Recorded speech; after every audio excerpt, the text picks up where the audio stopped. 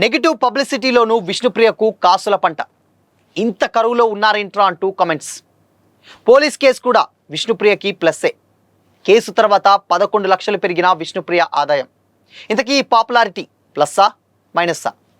హవెల్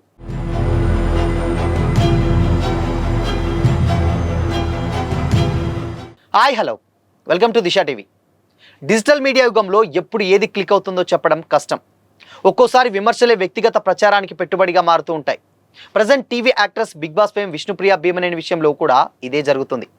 adult content encourage చేస్తున్నారంటూ విష్ణుప్రియపై నమోదైనటువంటి కేసు నైతికంగా ఆమెకు ఇబ్బంది కలిగించినా ఆర్థికంగా మాత్రం ఊహించని లాభాలను తెచ్చిపెట్టడం ఇప్పుడు సోషల్ మీడియాలో హాట్ టాపిక్గా మారింది. విష్ణుప్రియ తన వ్యక్తిగత ఇన్స్టాగ్రామ్ ప్లాట్ఫామ్లో ప్రత్యేక కంటెంట్ కోసం 399 సబ్స్క్రిప్షన్ ఫీజు వసూలు చేస్తుంది. అయితే ఈ వ్యవహారంపై విజయవాడలో ఏఐఎస్ఎఫ్ నాయకులు పోలీసులకు ఫిర్యాదు చేశారు. ఈ కంప్లైంట్ ఫైల్ అవ్వక ముందు వరకు ఆమె సబ్స్క్రైబర్ల సంఖ్య పరిమితంగానే ఉండేది. తన ఎక్స్క్లూజివ్ కంటెంట్ కోరుకునే కుర్రాల కోసం కొన్నాళ్ల ముందు సబ్స్క్రిప్షన్లు కూడా మొదలుపెట్టింది. ఇప్పుడు అమ్మాయిలు కుర్రకారును ఎంటర్టైన్ చేసేలా హాట్ కంటెంట్ ఇస్తూ సబ్స్క్రిప్షన్ల ద్వారా లక్షలు ఆర్జించడం ట్రెండ్గా మారింది. విష్ణుప్రియ సైతం ఇదే బాటలో సాగుతుంది. అయితే విష్ణుప్రియ టీవీ సెలబ్రిటీ కావడంతో ఆమె పేరు ఇప్పుడు చర్చనీయాంశంగా మారింది. యూత్ బలహీనతను సొమ్ము చేసుకుంటుందంటూ ఆమె మీద ఒక వ్యక్తి కేసు పెట్టడం, తన అకౌంట్ బ్లాక్ చేయించాలని కోరడం సోషల్ మీడియాలో చర్చనీయాంశంగా మారింది. ఈ కేసు విషయమై పోలీసులు విష్ణుప్రియను పిలిచి విచారించారు కూడా. ఈ సందర్భంగా మీడియా వాళ్ళు ఆమె వెంటపడి అభ్యంతరకర ప్రశ్నలు సైతం అడగడం వివాదాస్పదమైంది.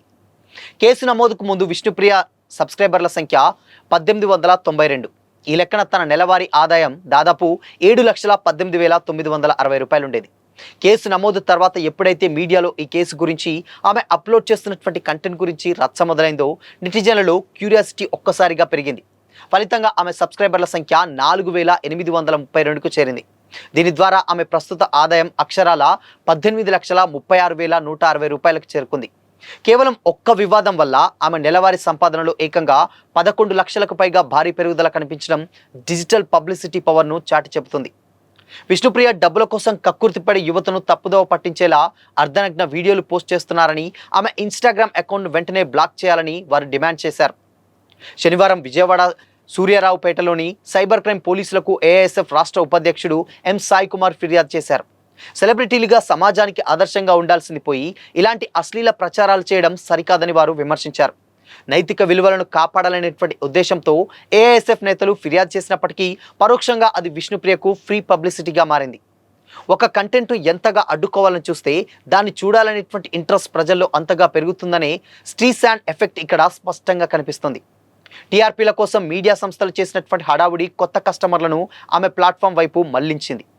విష్ణుప్రియ చేస్తున్నటువంటి దాంట్లో చట్టపరంగా ఏం తప్పు ఉందని కొందరు ప్రశ్నిస్తుంటే అందులో నైతికత గురించి మరికొందరు మాట్లాడుతున్నారు.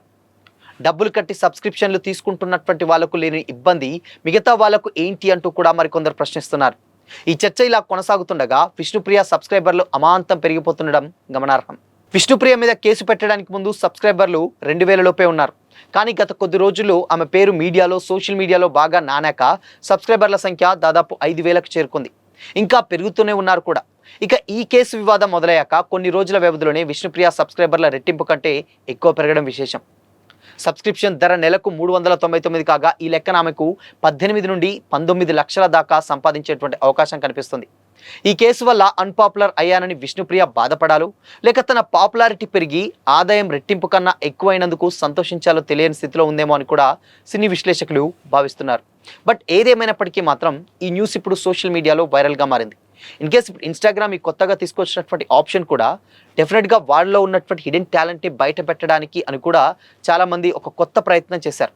బట్ దీంట్లో అంటే వాళ్ళు కామెడీ స్టాండప్ కామెడియన్ కావచ్చు, స్క్రిప్ట్ రైటర్ కావచ్చు, దాని తర్వాత రకరకాలైనటువంటి కంటెంట్స్ కావచ్చు. సో ఇలా హిడెన్ టాలెంట్ ఏదైతే ఉందో వాళ్ళ లోపల ఉన్నటువంటి టాలెంట్ని వాళ్ళు చూపించడానికి పెడితే ఇక్కడ వీళ్ళు కొంతమంది గ్లామర్ని బేస్ చేసుకొని అడల్ట్ కంటెంట్ని ఎంకరేజ్ చేస్తూ ఇలాంటి దానికి పరిమితం చేస్తున్నారంటూ కూడా చాలామంది అయితే వాపోతున్నారు. సో దీని మీద డెఫినెట్గా విష్ణుప్రియ అయితే కేసు పెట్టడం జరిగింది. ఇలా ఇంకా రకరకాలైనటువంటి ఇన్ఫ్లుయెన్సర్స్ కావచ్చు, ఎస్పెషల్లీ లేడీస్ ఎక్కువగా దీని మీద అండ్ అడల్ట్ కంటెంట్ తోటి ఎక్స్పోజింగ్ పేరుతోటి ఈ కంటెంట్ పెట్టడం ద్వారా కొంచెం యూత్ కూడా తప్పుదోవ పట్టేటువంటి ఛాన్సెస్ చాలా స్పష్టంగా ఉంది.